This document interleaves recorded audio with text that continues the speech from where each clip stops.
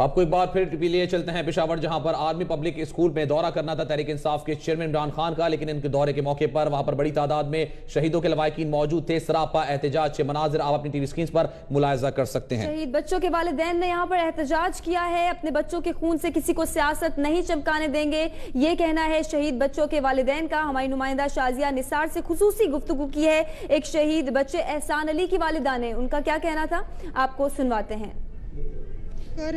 زرداری اپنی سیاست چمکا رہے، کسی کو ہم عوام سے کوئی غرض نہیں ہے۔ میں کلمہ پڑھ کے کہتی ہوں کہ کسی کو عوام سے کوئی غرض نہیں، یہ آئیں نہ ایشوز کو اٹھائیں نہ اپنی فارن پالیسی۔ اتنا تو ہم گھر کی عورتیں سمجھتے ہیں کہ فارن پالیسی ان کی ٹھیک نہیں ہے، فارن پالیسی کو یہ کیوں نہیں ٹھیک کرتے، یہ افغانستان کے لوگوں کو ہمارے ملک سے کیوں نہیں نکالتے۔ آپ بے شک میری بات کاٹ دیں، لیکن میں کہوں گی یہ ہمارے ملک سے 60 لاکھ افغانستان کے لوگوں کو کیوں نہیں نکالتے۔ ہم قیامت کے دن ان حکمرانوں کے گریبانوں میں ہاتھ ڈال کے پوچھیں گے، یہ قیامت کا دن دور نہیں، ہم ان سے پوچھیں گے کہ انہوں نے ہمارا حساب کیوں نہیں دیا اس دنیا میں۔ اچھا بہن جی، یہ بتائیے کہ آج یہاں پر عمران خان بھی آئے تھے، وزیر اعلیٰ بھی آئے تھے، کسی سے اپنا فریاد یا یہ جو آپ بات کر رہے ہیں کسی کو بتایا آپ نے؟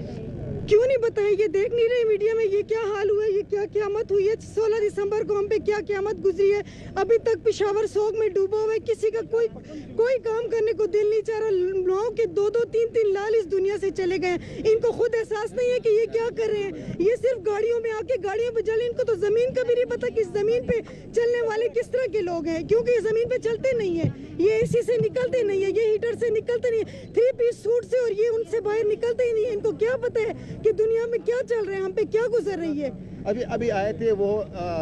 شہیدوں کے لواحقین کے ساتھ اظہار ہمدردی کر رہے تھے، تو آپ سے بات ہو گئی یا آپ نے اس سے؟ نہیں، وہ سب کو کوشش کی، ان کو کیا پتا ہے کہ ہم کون ہیں، وہ تو اوپر سے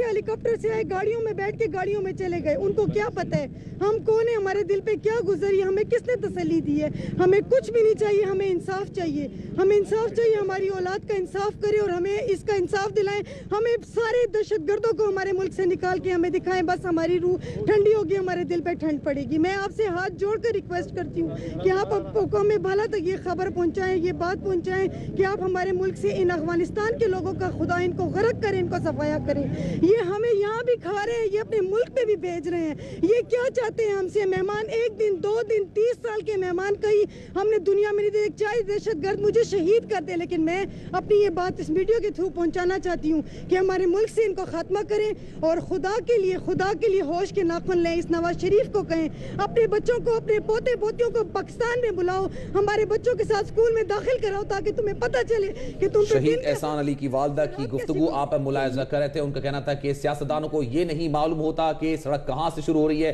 کہاں ختم ہو رہی ہے، وہ صرف گاڑیوں میں سفر کرتے ہیں، ان کو ہمارے دکھ کا کچھ اندازہ نہیں ہے۔ انہوں نے نواز شریف کو مخاطب کرتے ہوئے کہا کہ وزیر اعظم صاحب اپنے بچوں کو پاکستان میں اسکول میں ہمارے بچوں کے ساتھ پڑھائیں، تب ان کو یہ احساس ہوگا کہ ہم کس کرب سے گزرتے ہیں، ہم کس خوف سے، کس ڈر سے گزرتے ہیں۔ آج تحریک انصاف کے چیئرمین عمران خان اپنی اہلیہ کے ہمراہ آرمی پبلک اسکول کا دورہ کرنے کے لیے آئے تھے، اور اس دورے کے موقع پر ہم نے دیکھا کہ سانحہ پشاور کے لواحقین یہاں پر موجود تھے، اور بڑی تعداد میں یہاں پر لواحقین موجود تھے، سراپا احتجاج تھے۔ والدین نالا ہے اور گلہ کر رہے ہیں کہ ان کے بچوں کو سیکیورٹی فراہم نہیں کی گئی، جس کی وجہ سے سانحہ پشاور پیش آیا۔ ہماری نمائندہ شازیہ نثار بھی اس وقت آرمی پبلک اسکول کے باہر ہی موجود ہے۔ شازیہ، اب یہاں پہ کیا مناظر دیکھ رہی ہیں آپ؟ عمران خان روانہ ہو چکے ہیں یہاں سے؟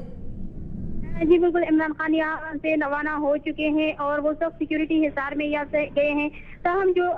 والدین ہیں شہداء کے وہ ابھی بھی آرمی پبلک اسکول کے باہر لان میں بیٹھے ہوئے ہیں اور گو نواز گو اور گو عمران گو کے نعرے لگا رہے ہیں، جبکہ یہاں پہ احسان شہید کی جو والدہ تھی وہ بھی پہنچی ہے یہ سارا کچھ دیکھے، اور انہوں نے بھی یہ مطالبہ کیا ہے کہ میں ہاتھ جوڑ کے نواز شریف کو کہتی ہوں کہ خدا کے لیے جو یہاں پر 30 سال سے مہمان افغان باشندے بیٹھے ہیں ان کو یہاں سے نکال دے، اور ہمارے جو بچوں کا خون ہے اس کا حساب دیا جائے، یا یہاں کے جو وزٹ کرتے ہیں، یہاں کے جو دورے کرتے ہیں، ان سے ہمارے غموں کا مداوع نہیں ہوگا، ہمیں اصل معنوں میں ان دہشت گردوں کو لٹکا کر ہمارے بچوں کے خون کا حساب دیا جائے۔ یہاں پہ جو والدین ہیں اور جو یہاں سے صوبائی کابینہ